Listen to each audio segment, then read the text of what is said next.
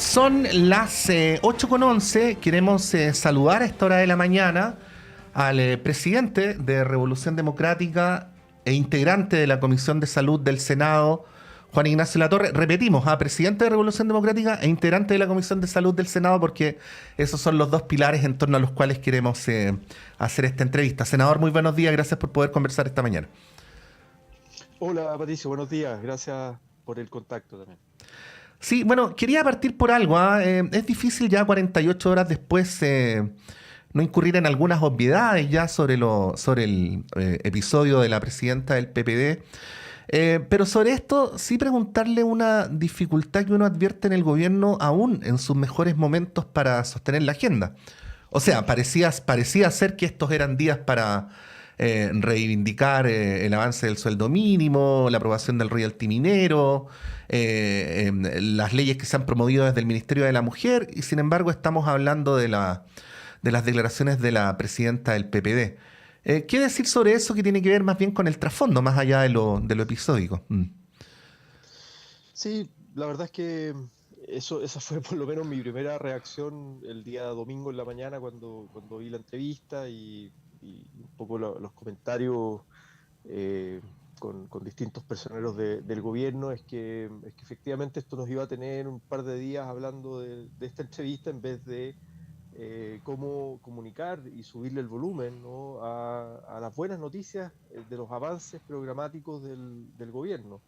Estas, porque, a ver, es legítimo que dentro de una alianza de gobierno amplia, diversa, como la que tenemos en el fondo bajo el gobierno del presidente Boric, existan críticas, autocríticas, miradas sobre la coyuntura, sobre las elecciones. Eso es súper legítimo. Mm. El tema es cómo se ponen en debate público a través de los medios de comunicación, bueno, y además con contenidos que son ofensivos, etcétera, y despectivos. Entonces, claramente ese tipo de declaraciones, ese tipo de entrevista en este momento, además, justo después de una semana positiva para el gobierno, con todo lo que cuesta en el fondo avanzar, ¿no? Dada la minoría parlamentaria que tenemos, dada de alguna manera también cierta, ¿cómo decirlo?, sin caer en una actitud de víctima para nada, pero cierto asedio mediático también de ciertos medios Ujú. hegemónicos en Chile.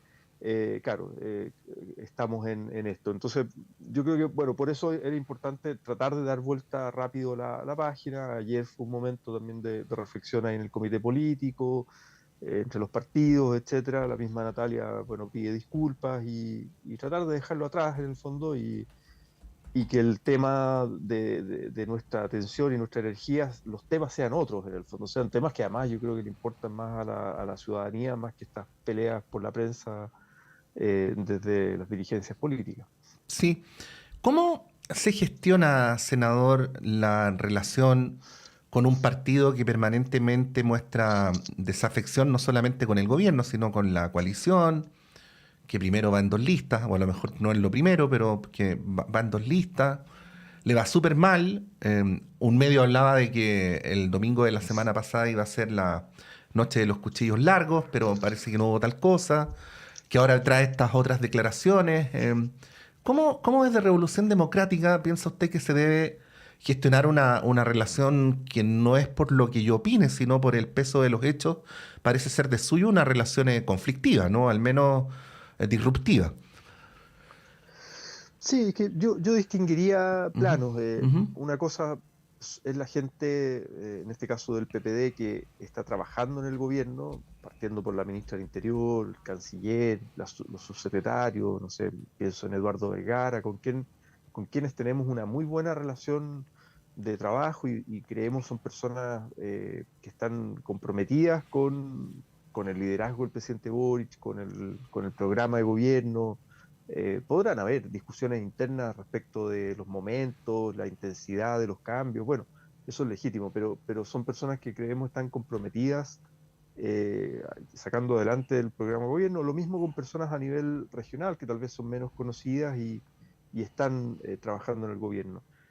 respecto de pronto vocerías o dirigencias políticas claro, no están dentro del gobierno y probablemente marcan el punto más crítico. Entonces, yo prefiero, o también de lo que me toca a mí, ¿no? La relación con la bancada, por lo menos de senadores, senadoras Ujú. del PPD, yo diría también, todos los proyectos votan con el gobierno, pueden hacer algún punto crítico, con alguna cosa en específico, pero en general eh, hay un compromiso, ¿no? con el gobierno y con ser oficialismo.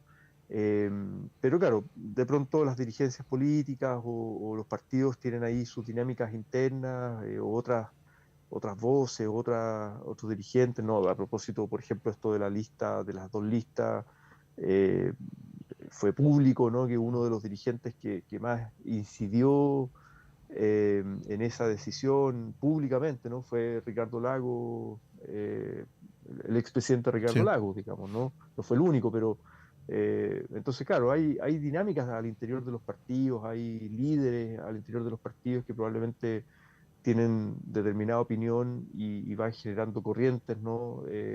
Pero bueno, yo ahí prefiero no meterme porque no me corresponde, por lo demás, meterme como en la interna de otro partido, pero sí me interesa que los cuadros que están en el gobierno no estén atornillando al revés, sino que estén colaborando con el gobierno y que sus parlamentarios que votan en el Congreso también sean mayoritariamente con un compromiso oficialista. Y yo creo que eso al menos, eh, no solo el PPD, sino que en general todos los partidos de la Alianza de Gobierno se cumple, más, menos, digamos, Ujú. pero eso está, ¿no? Sí. Senador, yo sé que es difícil ir al tema de fondo cuando entre medio se habla de monos peludos o de les compañeros como una descalificación. Eh, pero bueno, subyacen algunas preguntas que nos hacíamos acá antes de la entrevista a Natalia Piergentili, ¿no? ¿Qué es lo que le falta al sector del que usted es parte para volver a ser mayoría? ¿Qué es lo que le falta al sector del cual usted es parte para volver a hacerle sentido a los sectores populares? Hemos dicho aquí, hay quien no le parecerá relevante en cuáles de los quintiles están los votos de la coalición de centro izquierda, pero hay otros que dicen que es fundamental partir por la adhesión de los sectores populares por el tipo de agendas que se llevan a cabo. Mm. Y cómo es la mirada como de mediano y largo plazo para poder enfrentar una situación como esta? Porque qué duda cabe, si usted no está de acuerdo me lo puede decir, pero que por decirlo de alguna manera la izquierda ha ido desapareciendo de los sectores populares en sus distintas manifestaciones, ¿no? Dejando de Mm. lado la entrevista a la presidenta del PPD, ¿qué podría decir sobre esto, no? Porque es en ese contexto que se hacen estos señalamientos sobre la agenda sexogenérica, en fin. Sí, no, yo creo que ese es un desafío muy relevante que lo venimos discutiendo. eh, ya, hay una dimensión que es electoral, que es todo lo que implica el cambio con voto obligatorio respecto al voto voluntario, donde millones de personas, pues no estamos hablando de poca gente, son millones de personas que se incorporan a votar y que antes no votaban y que hoy día están, no digo toda la gente, pero un porcentaje importante de gente está votando Partido Republicano, y esa es una preocupación en el fondo, ¿no? El auge de la extrema derecha, cómo le hace sentido, las teclas que toca, no necesariamente con una inserción territorial muy profunda del Partido Republicano. Yo no es el diagnóstico que tengo. Yo creo que tienen otras estrategias de cómo llegan a la gente en esta coyuntura que vivimos, ¿no? Tan líquida, tan de la emocionalidad, de las redes sociales, de lo digital, de lo comunicacional, y ellos han sido muy hábiles con mensajes muy simples y con un par de temas, por ejemplo, hablar de delincuencia y migraciones, van y tienen la capacidad de persuadir Mm. en el fondo, ¿no? O sea, como una persona del Opus Dei en la región metropolitana saca 700.000 votos y buena parte de esos 700.000 votos son de sectores populares, no son solamente de sector oriente de la capital, ¿no? Ahí hay una reflexión, un desafío para el mundo de las izquierdas, para el proyecto progresista, que sin duda alguna nos tenemos que hacer cargo y mirar muy de fondo qué está pasando ahí, por qué están votando masivamente por la oferta republicana, ¿no? Y cómo nuestro proyecto, y para hablar de cosas así bien concretas, el salario mínimo de 500.000 pesos que Ujú. beneficia a trabajadores justamente que viven en el mundo popular. Estamos hablando de cerca de 1 millón de personas y detrás de ellos hay familias, hay poblaciones. Bueno, ¿qué impacto está teniendo esa medida, por ejemplo, que es una medida promovida por nuestro gobierno, por nuestro sector?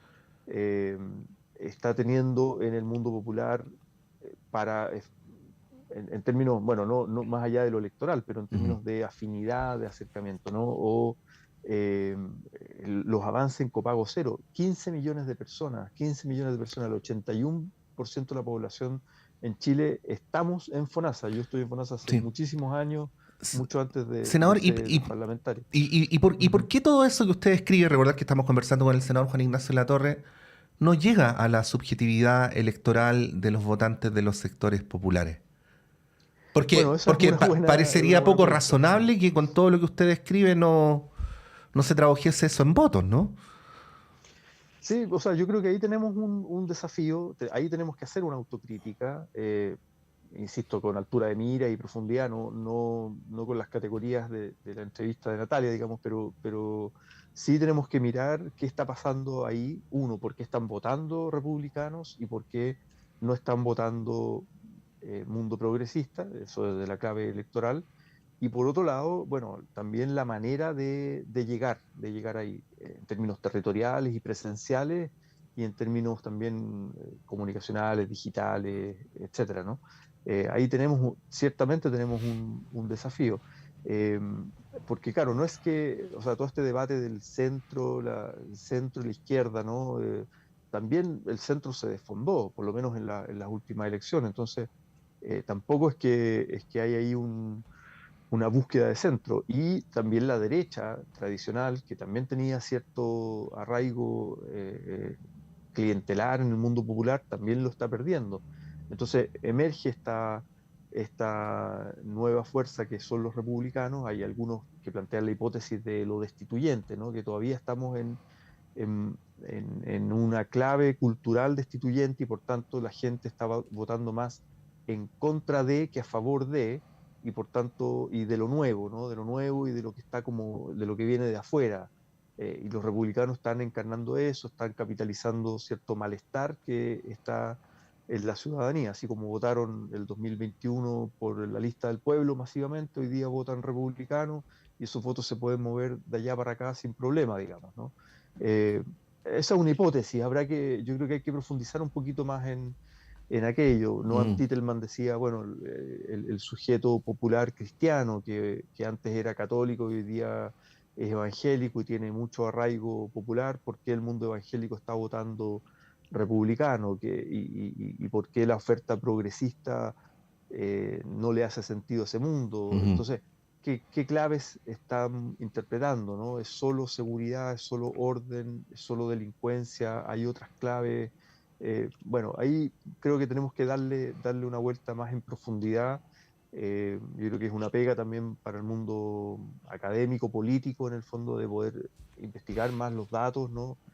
No solo cuantitativo, sino que también cualitativo, pero sin duda ese es un desafío de nuestro proyecto, Ujú. sin duda alguna. Eh, Boric ganó con una gran cantidad de votos en segunda vuelta, con voto voluntario, y bueno, se dice que una parte era a favor de Boric y el programa, y otra parte era más bien en contra de Kast. bueno, y hubo una Y irrupción muy eso, fuerte de los votantes de los sectores populares de la región exacto, metropolitana. exacto. Pero bueno, eso luego a entrar al sistema de voto obligatorio como que parece haberse diluido. Solo para cerrar este punto, senador, porque quería dejarle unos minutos al tema Ujú. de la salud. En ese contexto, ¿cómo evalúa la política del gobierno? Porque, a ver, visto desde acá, desde el lugar del periodista, Ujú. em, a uno le parece más o menos evidente que el gobierno en las últimas semanas, quizás más claramente después del 7 de mayo, sacó a relucir otros temas, ¿no? Royalties, sueldo mínimo, el tema de las pensiones de alimentos, que qué duda cabe que es un tema muy importante para miles de Mm. mujeres. eh, pero se señala al mismo tiempo, lo voy a decir de una manera que puede sonar un poco insolente, senador, pero usted sabe que no es nuestro espíritu, ¿no? De que Ujú. entre el 4 de marzo del 2022 y el 7 de mayo del 2023 el oficialismo bailó un poco al ritmo de la música que ponía la derecha, ¿no? Y bueno, era como jugar un campeonato de visita, pues con los resultados previsibles. Sobre esa afirmación, ¿cuál sería su mirada? A ver, yo diría que el intento de llevar adelante el programa, porque al final Mm, todas estas medidas no es que las sacamos así de sorpresa o de repente, sino que son cosas que se venían trabajando, el copago cero, royalty, pensiones de alimento para víctimas, bueno, todo el tema, agenda de género, equidad de género, las 40 horas, o sea, son cosas que se venían trabajando, pero hemos tenido muchas dificultades para avanzar con el programa. O sea, eh, sin más lejos nos rechazaron la idea de legislar de la reforma tributaria y esa es una base importante del programa porque es lo que permite recursos para cumplir una serie de demandas sociales que comprometimos, ¿no? Todas estas ideas de cambio que comprometimos no eran simplemente ideas o campaña electoral política, sino que era parte de lo que venimos a hacer con el gobierno.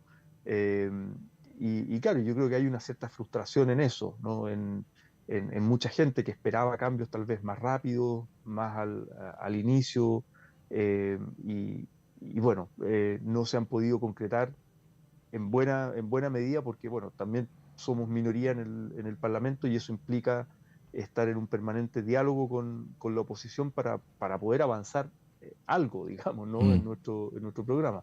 Y por otro lado, también yo diría se come bastante la atención, la energía, la crisis de seguridad pública, que fue creciendo en dimensiones que tal vez no esperábamos al momento, por ejemplo, de realizar la campaña, que si bien estaba la crisis de seguridad mm. pública, pero con los temas de homicidios, de las bandas, de crimen organizado, del poder de fuego, del narco, etcétera, como eso se manifiesta de una manera muy brutal y tienes que hacerte cargo de eso también. Pasa a ser una preocupación muy importante para la ciudadanía, incluso desplaza otras preocupaciones más de la agenda social, por decirlo así, o la crisis migratoria, etcétera. Entonces, claro, hemos tenido, yo no sé si bailar al ritmo de la música que nos pone la derecha, pero sí de cierta agenda Ujú. que tal vez no teníamos como prioridad.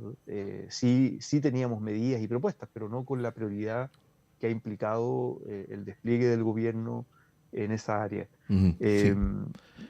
yo diría eso. Ahora, los aspectos estructurales del programa, en términos de construir las bases de un estado de bienestar social, eso sigue vigente y vamos a insistir. O sea, de hecho, vamos a insistir en una reforma tributaria que permita financiar derechos sociales. Tal Mm. vez no va a tener la profundidad de la primera, pero sí se está buscando una manera responsable, digamos, desde el punto de vista fiscal, de financiar derechos sociales y eso vamos a insistir y esperemos que podamos en esta segunda oportunidad, con la ronda de conversaciones que ha habido, tener los votos, porque es fundamental para hacerse cargo, por ejemplo, de demandas tan sentidas que eran compromisos de campaña, ¿no? Como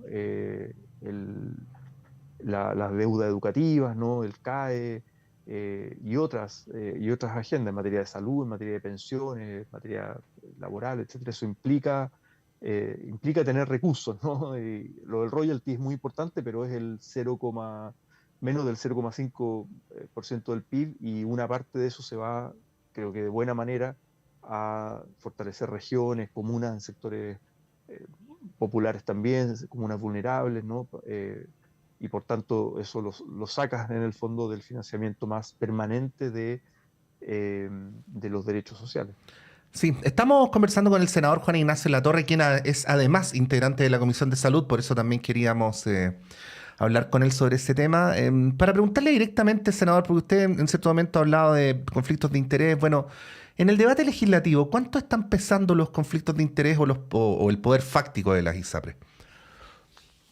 Yo creo que pesan, siguen pesando y las ISAPRES creo yo se han acostumbrado en 30 años, más de 30 años de democracia, en tener un poder de lobby, de influencia muy importante para inhibir debates públicos y legislativos. O sea, toda esta discusión de las tablas de factores, de los precios de los planes, de la discriminación contra mujeres, contra personas enfermas, mayores, viene de hace rato, digamos. O sea, ya el 2010 vino un primer fallo del Tribunal Constitucional, después han habido múltiples fallos de la Suprema a favor de las personas, por los procesos de judicialización y de alguna manera se ha instalado hace mucho tiempo el debate, la necesidad de entrar a regular el sector en muchos aspectos y las ISAPRES han sido un actor muy importante para inhibir ese debate legislativo, ¿no? La llamada inacción legislativa. Entonces, eh,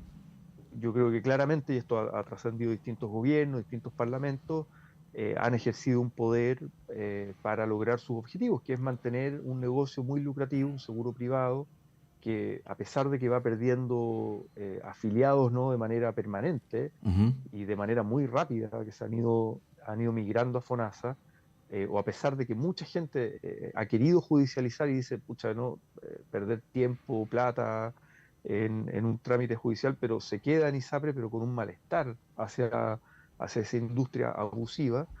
A pesar de eso, ellos mantienen el status quo, ¿no? Como siguen ganando mucho dinero, tienen la integración vertical con las clínicas, hay un negocio ahí con las clínicas muy brutal, eh, costos de administración muy altos, el 10%, ¿no?, de gastos en administración, o sea, claramente un negocio muy lucrativo que se queda ahí en una pirámide entre gerentes, directores de empresas, negocios relacionados con las clínicas, etcétera, que ese status quo, digamos, ha sido por algo, ¿no? ¿Por qué no se les ha tocado? ¿Por qué no, por qué el gobierno de Piñera, el periodo pasado, con estallido social de por medio, no avanzó, no hizo ninguna propuesta siquiera para exigirle a las ISAPRES, por ejemplo, que el año 2019 bajaran sus precios, ¿no? Mm. O entrar a regular el sector, o los gobiernos anteriores también. Senador, pero ahí Yo creo que ha habido influencia. sí, ahí el asedio es evidente, ¿eh? Uno lo ve con claridad sobre el gobierno, sobre el Parlamento. Pero hemos entrevistado a distintos expertos que dicen que en términos de la estructura de funcionamiento, las ISAPRES son inviables con o sin pago, con o sin salvataje. Bueno, en ese contexto, ¿no? ¿Cuál, en su opinión, debería ser la línea roja del gobierno? En qué no se debería ceder para efectos de la situación en la que estamos? Sí, lo primero es cumplir el fallo de la Suprema. Yo creo que sería un muy, muy mal precedente institucional que un proyecto de ley para cumplir el fallo de la Suprema finalmente no termine generando aquello, que es cumplir el fallo.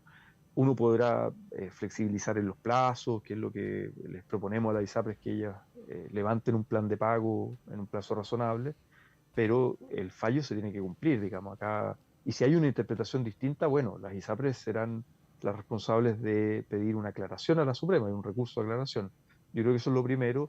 Después, el que no existan recursos públicos, obviamente, como salvataje desde el Estado a las ISAPRES, eh, o un perdonazo, ¿no? Yo creo que eso ahí son líneas rojas.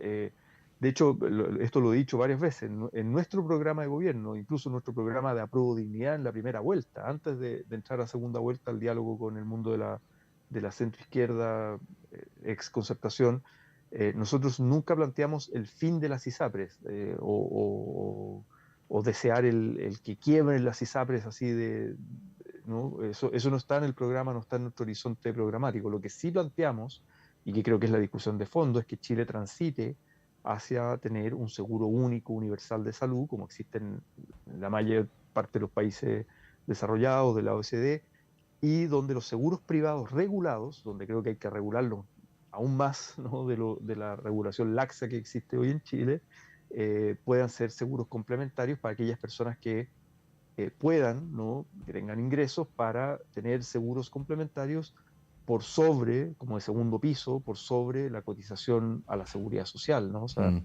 la cotización obligatoria debiera ir a este Fondo Único Solidario de Salud. Eso es mucho más eficiente, por un lado, desde el punto de vista así netamente económico, es más eficiente y al mismo tiempo es equitativo y cumple con las garantías de la salud como un derecho social, digamos, ¿no?, universal, que la prestación de salud no dependa tanto como hoy día ocurre en nuestro país, del bolsillo de la gente. Por eso es importante avanzar en medidas también, mientras tanto, administrativas, como el copago cero, que ya ha beneficiado a cerca de 700.000 personas, que les sale cero peso, ¿no?, la atención en el sistema público al estar afiliado a FONASA, ¿no? Ujú.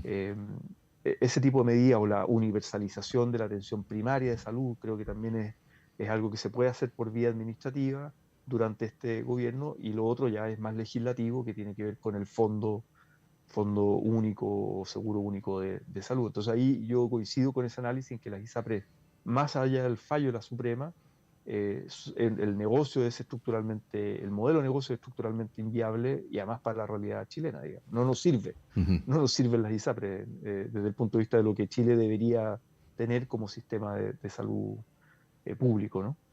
Senador Juan Ignacio Latorre, como siempre, muchas gracias por su gentileza y por compartir sus opiniones con nosotros. Que tenga un buen día.